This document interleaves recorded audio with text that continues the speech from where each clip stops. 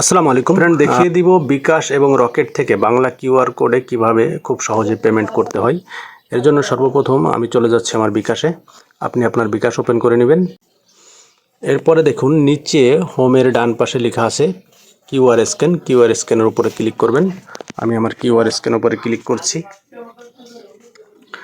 QR স্ক্যানের উপরে click করার পরে এই যে বাংলা কিউআর কোডটা দেখছেন, কিউআর কোডটা স্ক্যান করব এভাবে। তারপরে এখানে অ্যামাউন্টটা দিয়ে দিন। এখানে 10 টাকা থেকে 10,000 টাকা পর্যন্ত পেমেন্ট করা যায় একদিনে। আমি 50 টাকা দিচ্ছি। এরপরে এগিয়ে জানে ক্লিক করছি। তারপরে এখানে বিকাশের পিনটা দিয়ে দিবেন। দিয়ে পিন কনফার্মে ক্লিক করার পরে নিচে এখানে ট্যাপ করে ধরে রাখলে পেমেন্টটা হয়ে যাবে। এখন দেখাবো রকেট থেকে কিভাবে পেমেন্ট করবেন। এর জন্য আমি চলে যাচ্ছি আমার রকেটে।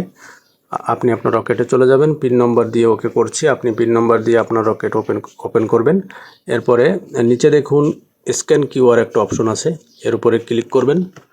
যেহেতু আমার রকেট এজেন্ট, এই জন্য এই লেখাটা আসছে। আপনাদের পার্সোনাল রকেট থেকে এই লেখাটা আসবে না। তো আমি ওপেন করছি। এভাবে সেম বিকাশের মতোই কিউআর কোড স্ক্যান করবেন আর কাজ হয়ে যাবে। এখানে দেখেন আনসাপোর্টেড কিউআর কোড লেখা আসছে। যেহেতু আমার রকেট এজেন্ট, এই জন্য লেখা আসছে।